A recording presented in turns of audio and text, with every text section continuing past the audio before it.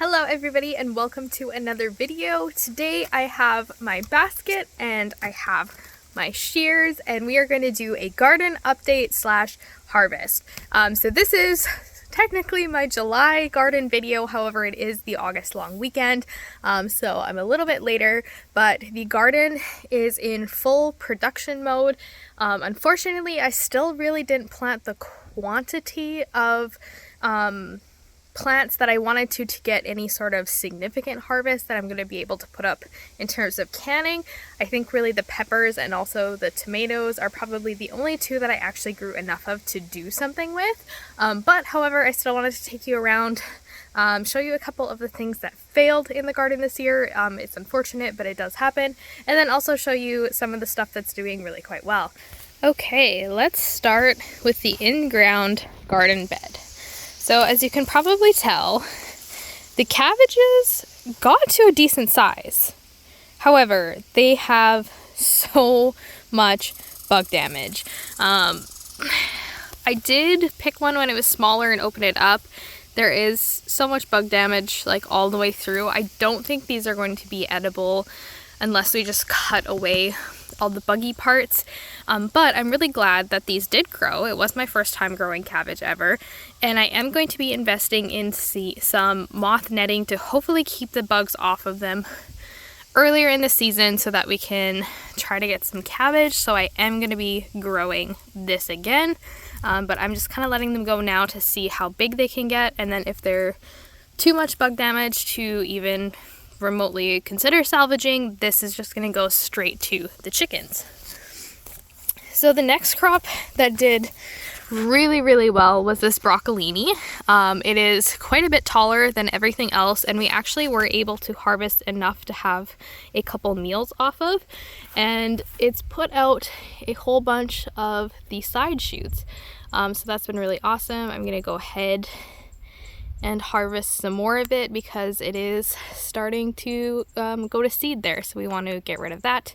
And yeah, I don't know how much more we'll get off this plant, but it was definitely really good, and I'm going to try growing true broccoli and also cauliflower next year.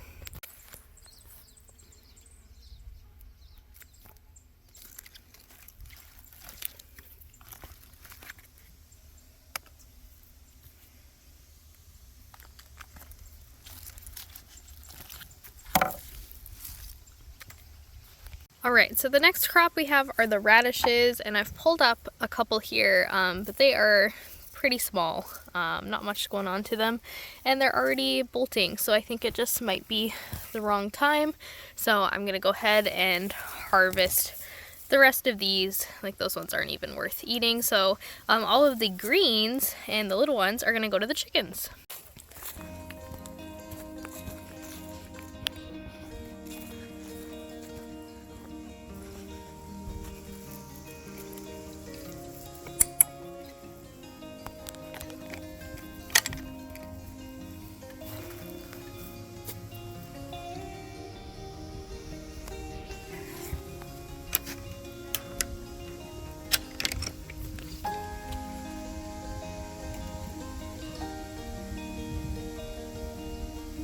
Alright, up next we have the 3 zucchini plants.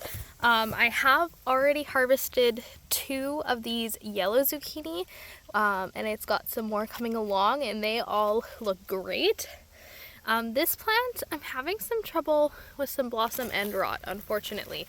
But I do have that one there, which is almost big enough to pick. I'll probably leave it maybe another day or two, and then grab that one. I like picking them when they're nice and small and putting them on the grill as opposed to letting them get like really big.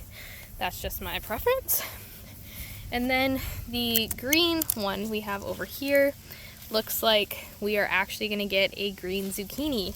I have only ever gotten male flowers off of this green zucchini, so I don't know if it's just the package or something it doesn't like about the growing conditions, but this will be the first ever zucchini, green zucchini I've got to grow in the garden.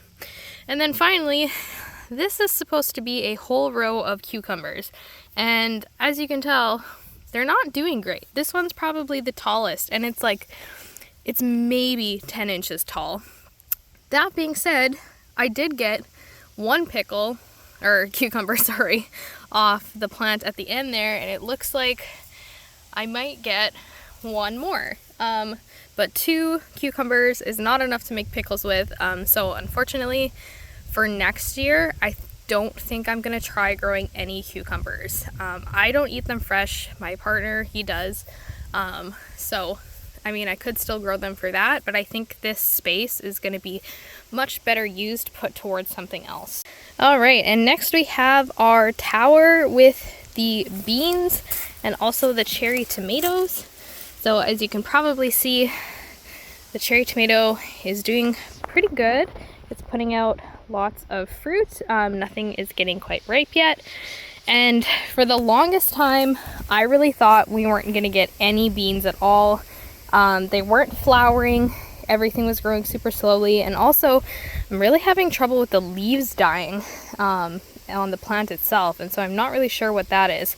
But as you can see, we are actually getting some edible sized pods. So I'm just gonna go through here and pick some beans to have with supper tonight. The bugs in this part of the yard are really bad. I don't know if you guys are gonna be able to see that, but so I'm just kind of going through and looking for the really big ones, leaving the ones that are too small yet.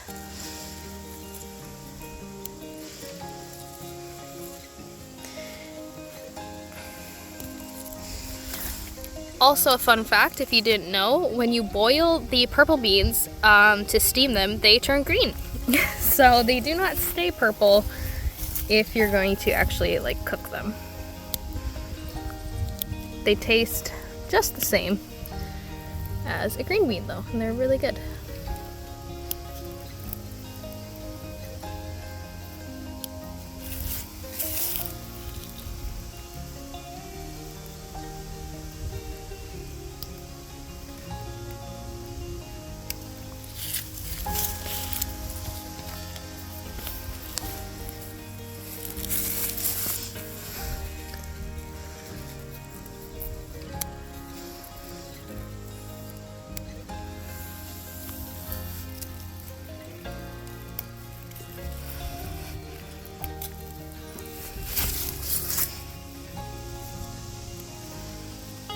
I've got to remember to look at what I'm filming as well as what I'm picking.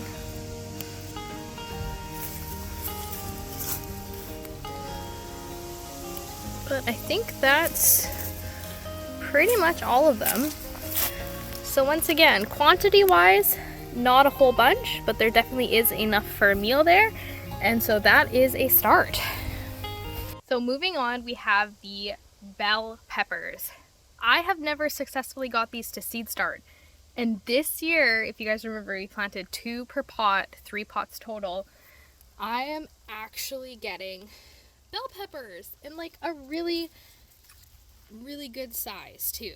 So I am so excited for this. Right now it looks like we have 1 or 2 big bell peppers per plant. So I am super pumped.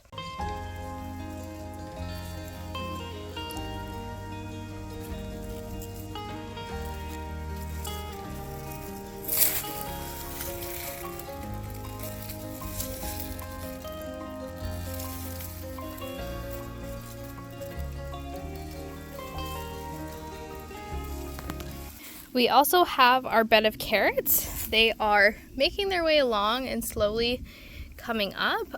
Right here you can see some of them are starting to get a better size.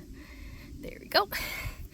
Unfortunately, some of them here have some damage, and it almost looks like as if they were sprayed with some pesticide. I don't know what else would cause it to shrivel up like that. But yeah, so if you've seen this before and you know what it is, to my knowledge, there hasn't been pesticide used in this yard. But yeah, it's just looking a little different, that's all. And then on the other side, this is what I call my sad square. Because we should have 2 rows of beets. We have 1 individual beet that still has not put on like any size at all. there's not even going to be anything edible on that. And the rest of it just hasn't ever done anything. On this side, we have kohlrabi. Once again, very heavy pest pressure on these. We do have 2 that are starting to form the actual vegetable. However, it's the size of my thumbnail, and it's the beginning of August. So I don't actually think we have enough time to get anything significant from this. So both beets and kohlrabi are being scrapped for next year. Definitely not going to plant these again. This is a lot of square footage that I could have other plants growing in. And I'm specifically going to try doing the beans, the green beans, in this bed next year because I don't think they're loving the tower. All right, and you can tell by our greens bed, the greens actually did very, very well in here. We had radishes in the middle. They didn't do as well, so I'm going to completely kick those out somewhere else for next year and do lettuce. This amount has been really good. We've been harvesting and having salads, and they're growing back up as we're harvesting, so that's been great.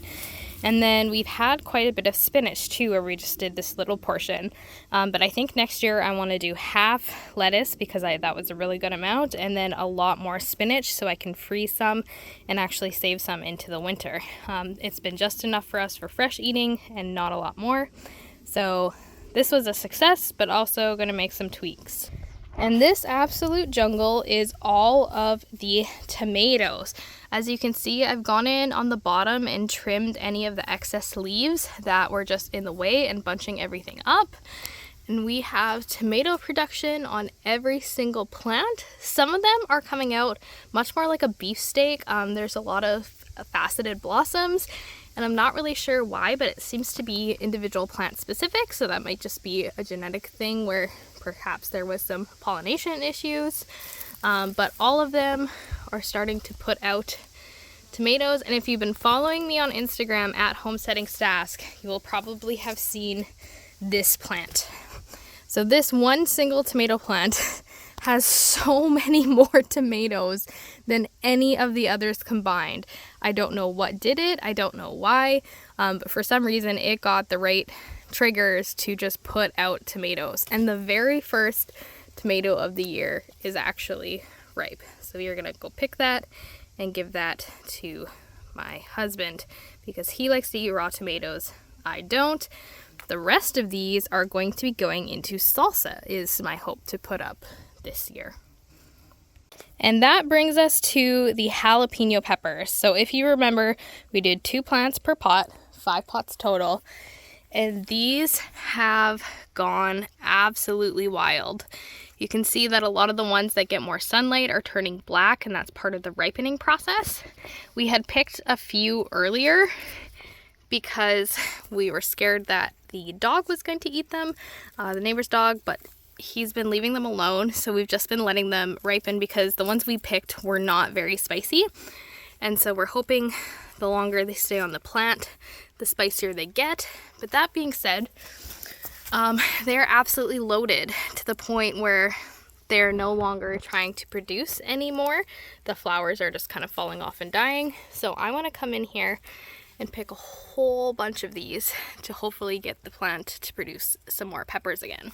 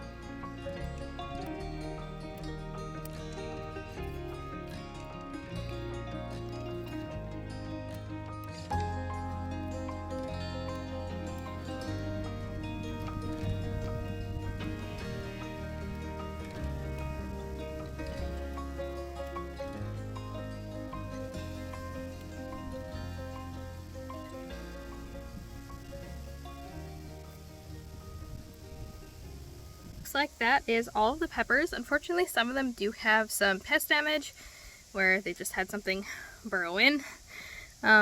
So this one's probably gonna go to the chickens, but I did quite a few peppers.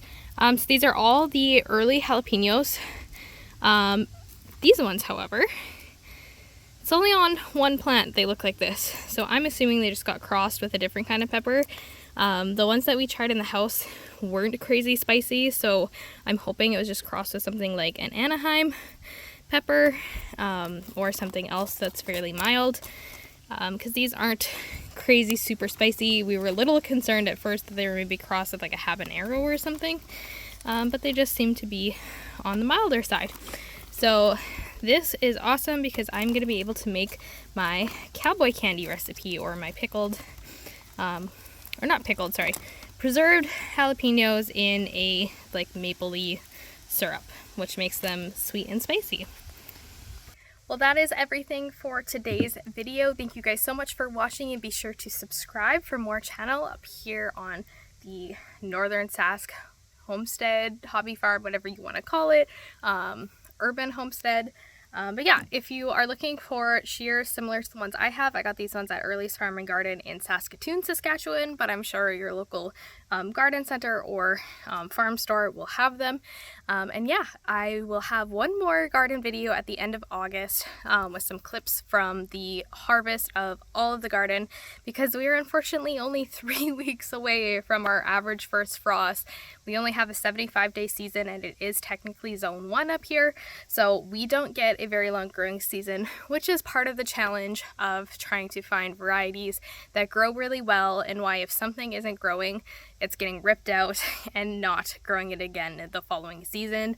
If I had a longer season, even a zone 3, where I had some time to maybe do a succession, that might be different, but we only have 75 days, and so if it's going to be planted in my garden, it has to produce to make every square foot worth it. So thank you so much for watching. I will see you guys in the next video, and if you haven't already, be sure to subscribe so you get notified for every new upload that I have.